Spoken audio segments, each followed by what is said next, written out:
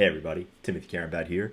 Wanted to bring to you a new video today about something that's actually really exciting for me on more of just like a nerdy level. But I've seen these videos, and this one particularly, which I'll link in the description, by Beyond Fireship, is about talking about this new library in town that's just a JavaScript snippet, but essentially what it allows you to do is you are able to offload third-party scripts to, let me see if there's a good place to put it. I mean, these are just, yeah, there we go. It allows you to run third-party scripts like, for example, Google Analytics, Microsoft Clarity, something like Hotjar possibly, and also some others that I think they have, like Facebook Pixel, also Intercom, if you have a chat widget on your site. All of these things bloat your site's page load speed. And as a result, not only hurt your customer experience, because if your website isn't loading fast, you are losing customers and you are losing people wanting to visit your site. You also, theoretically, rank lower in Google search if you have a poor performing site, especially on mobile. What this library claims to do, and it is in beta, so there are some gotchas, that it allows you to take these third-party scripts and run them in the background of the browser experience for the user. So the page speed is not blocked by JavaScript's limitation of single thread execution. Essentially what this means is when you're trying to load Google Analytics on your site, JavaScript is not waiting for that process to complete and for the import to happen and for the thing to get set up. It shoves that into the background of a web worker, allows the thread to continue on, and the page loads quicker and the customer is more happy. And that's awesome. And the one thing I've noticed about all these videos, though, is kind of like it shows you, maybe it like talks about the library, maybe shows you like a simple example. What I want to do is I actually want to show you the kind of how to do this on a real live site. So I have a website too. They're kind of like both in the same because they're the same architecture. House Stock Watcher and Senate Stock Watcher. They track congressional U.S. financial disclosures. That's not necessarily important. What is important, though, is that in 90 days, this site could get loaded 216,000 times or more. This is certainly on the low end. Definitely have had up to 60,000 concurrent visitors whenever news is breaking on this kind of site. That is... Think about that. Like, while that's not like an objectively large number, it's not, tens of millions or anything like that. These small practices can really add up to making huge performance gains. Now, full disclosure, I have implemented this on a website that I'm actually, for a company that I'm the founder of, and it's this. On our landing page, we actually use Partytown to proxy or background load Google Analytics as well as Intercom. And we have actually seen our Lighthouse performance scores go up by 20 points. Yes, 20. Now, obviously, there's some other optimizations that are completely my fault. But I'm going to walk you through how to actually do this on a real site that is serving thousands of users in a month. So first, you would just go to partytown.builder.io. Now, there are two ways of integrating this. One is through, your traditional like React, NPM, import to library, whatever. And then the other is just your regular HTML, which is probably the use case that a lot of people would really benefit from, especially if you run like a WordPress site where you can just jump in and edit the HTML. This could help a lot. So let's just jump in and we're going to start with HTML. How the hell do we get this to work with just HTML? If we look, this is a React project. This is the source code for the House Stock Watcher site. And you'll see that, it's just like your regular HTML, and then you add like your root, and then React kind of takes it from there. So we have Google Analytics and Google AdSense for this site. Now, I have already tried to do this with AdSense. It does not work with AdSense at this time. So the two integrations that I know for sure work beautifully are Google Analytics and Intercom. I'm sure support in the future is coming from more. This is, keep in mind, a brand new library, so more support will come over time. Now, it says to add this, basically you need to have you need the library scripts hosted from the same origin. What does that mean? Essentially, this snippet actually uses a library that should be locally hosted on the same domain. The reason that you can't just import Partytown from, a CDN somewhere is because it won't be able to create the service workers because that is a security issue with browsers. Which, speaking of browser support, I can summarize this pretty quickly. Essentially, if a browser tries to use Partytown and it doesn't have the support for whatever reason, it falls back to the default behavior. So this actually won't break your website, which is also really, really cool. There are some trade-offs, and they are very use case specific, so it depends on whatever you are doing. So please go through and read these before you just implement this into your site. There are some things that I deem worth doing that is a non-issue for us, so I'm happy to add this as a even though it is in beta. So first things first is what we're going to be doing is first we have to import this copy library files. Basically, it's going to create a tilde Partytown directory. And the way to do that is there is a command, a CLI command you will run, and it would basically, and then if you are using a deploy script, you're going to want to run it every single time right before you deploy. Now, how does it work and what does it do and all of that stuff? It basically just copies the library files from the NPM package and puts them into your directory so that it can have the permissions to create the background worker. Now, how do you do that? It's actually quite simple. We just need to get the npm script, which is just at builder.io/partytown. And, we have our project here, which, let's start up a localhost, a localhost served instance of the React project. And maybe while we're here, we'll also inspect the page because I want to show you what this looks like to you as a user of how this works. Now, obviously, when I'm on localhost, I'm not going to serve myself an ad or also track Google Analytics, but in production, I definitely am. So to kind of add this, we're actually just going to do yarn add. And I'm using yarn, you can use npm, but yarn add, and then I believe it's at builder.io, not just builder. And we should resolve a package pretty soon. And we'll just wait for this. Okay, we are installed. It's very lightweight. And then we're going to want to run this copy task command. So, and then it says Partytown lib copy to our public tilde Partytown. If I go to public, sure enough, it is there. There is a debug option if you need to debug, but that is pretty much all that is needed. The next part is now we can actually go into the integration side of things. And it says that while Partytown.js could be an external request, such as somewhere on a CDN, it's recommended to inline the script. So we could just do script type text JavaScript and then go to Partytown and grab Partytown.js. You could do that. In fact, I'll do it right here. Add an extra comma. And we'll do type text JavaScript. And we'll just do source. And we're in our own directory, so we should be able to just do this. And I think we'll need Partytown, yeah. There we go. And so now that is added, and just a way to check to see if this works is any scripts that should be sent to the background worker should just be added as the type for them. And if I add it to this Google page script, I'll show you that it does indeed break the entire website because this beta just currently right now does not support that. So let's reload the page. And one of the ways that you know that it worked is in the head tag, which we can expand here, where we imported this Google and tag manager script, it changed the type from text/Partytown to text/PartytownX, which may be kind of hard to see.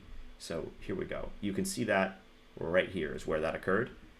Now, let me add it to the Google AdSense script and show you that it absolutely destroys the site.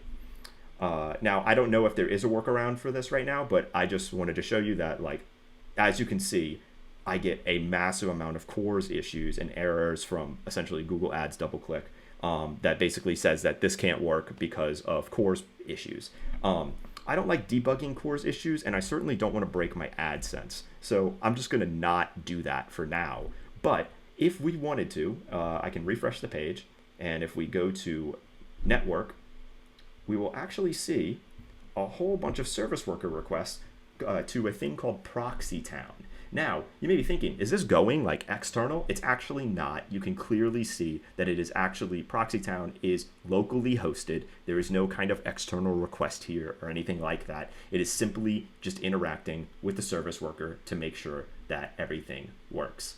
Now, there are some other things to know if when you're integrating something, for example, like Google Tag Manager, you would have your script here, and as they talk about, but there is a kind of it uses this data layer array to send events, which if you are doing events, you're going to want this. So what you need to do is a thing that Partytown offers called forwarding, and basically I think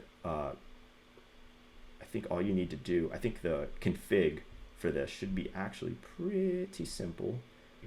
Here it is. Okay, so it says literally just to paste it above your inline, which we imported, but we could inline it if we wanted to. The way you would do that, by the way, is we would just get rid of that, and then we would go to the Partytown script, copy and paste, and now Partytown is inlined. And if we go to reload the page and see if our entire website got destroyed, you can see that it wasn't. Partytown is still called adequately, and also we do know, for example, that the data layer.push attribute was added. If you have intercom, for example, there are other configs that you should add. For Facebook Pixel, you would have, instead of data layer.push, I believe you would actually just add FBQ, and then you can actually add configuring proxy domains. If you have intercom, you just add intercom, TikTok Pixel, Klaviyo, anything like that. It's really awesome, honestly. And this should actually very, very dramatically increase our performance on the web. Okay, now for the next part of this video, we're actually going to use Partytown, but this time with React. So if we go into my public folder and look at this index file, you'll see that I'm still importing these scripts and that this, Google AdSense is still here. What I want to do is dynamically add this script if I am not on localhost, and then also use Partytown to load it. So there is a way that is quite popular for people to add dynamically appended scripts, which basically are using a hook or some other kind of React function to add a script element to the head of the document. And with this, it's really just regular vanilla JavaScript. You just set a type, set it equal to text Partytown like we've already done, and then you can set the inner HTML to whatever is already probably on your website. Then you append it to the head, and this is the most important part, is you must call this dispatch event PT update. What this does is it tells Partytown's background workers to be like, hey, I added some new scripts, look for the text Partytown and start loading them, but don't block my main thread. So we're going to do this with React, and I'm actually going to abstract or maybe modify this tag manager import to a dynamically added import. So we're going to kind of kill two birds with one stone here. Now I want to add my tag manager on every single page, but there might be some pages that you're just not interested in tracking, and maybe to improve their performance, you would just omit the import that we're going to be doing. I want to add it to my entire website because that's how it is right now. So that's what we're going to do. Now, first thing is we're pretty much starting at 0 again. As you can see, I've kind of reset my entire project. We don't have Partytown imported right now. So now we have to go and install it again. So first things first is, I guess first we could go to React and do this and install the package. So we're going to do yarn add, and we're going to import Partytown. Now, don't forget, one of the important parts of this is that we also have to copy the library files. So let's go get the copy lib Partytown file, and we're going to run it, and it's going to again copy that ~Partytown directory into our public. Now, this is where things become React specific. So what I'm going to do is I'm going to comment out Google Analytics because I know we're not going to be using it.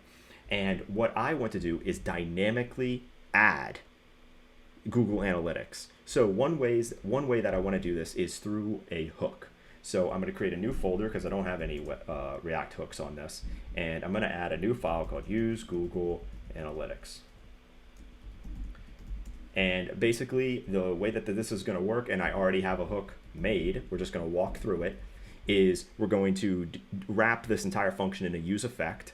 And if we are on development, we are just going to stub the entire integration entirely. Like, don't even bother trying to load the script because I just don't care about it when I'm on localhost. We'll comment it out so we see what it looks like just to prove that it works.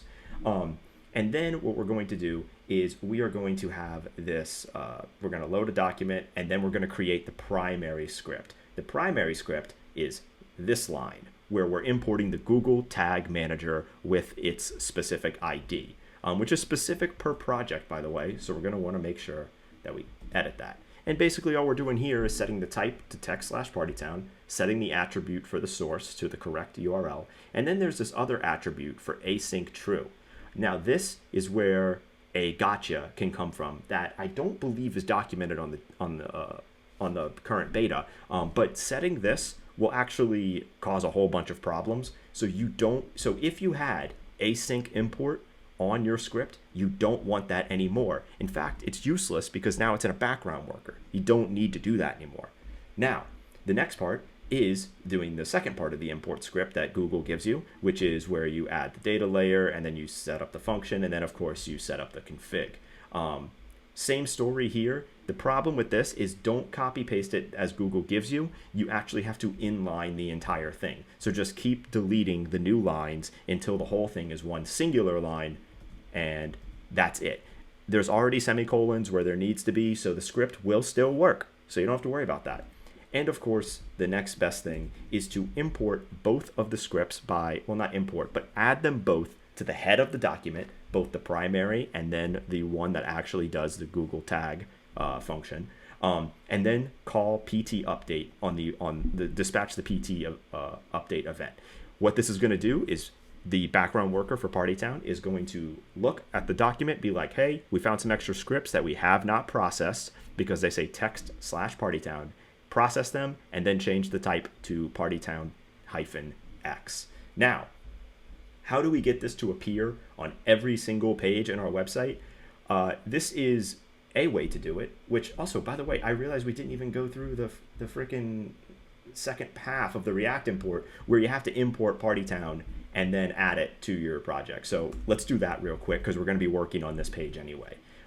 So next step is to import this. Now we're working on a pretty old version of React here, so we're going to have to put this in a fragment, and we're just going to put this down there and then copy that and put that there. And we're working with Google Analytics, so I need this forward attribute, just like we set up for the regular HTML version. But what I'm going to do here is I'm actually going to go and set debug equal to a build variable. So when I compile this, debug will not be enabled on production, but it will on development. This just kind of helps you get some more insight into what's going on in the background worker if you have a problem, like for example, you left async import on. Now, how do we get this hook to fire on every single web page? This might be a sloppy way of doing it, but I'm sure everybody has opinions, and that's really great. But I'm gonna just wrap this in a component, and I'm just gonna wrap the entire site in this component. So we're going to do import React from React, and then we're going to do export default function Google Analytics, and it's just going to take some children, REN, there we go, and we're just going to return a fragment with the children. And then, of course, obviously, to get this to work, we're going to use Google Analytics hook, and that should now fire for our entire app. Of course, we have to do that, which, by the way, this is important.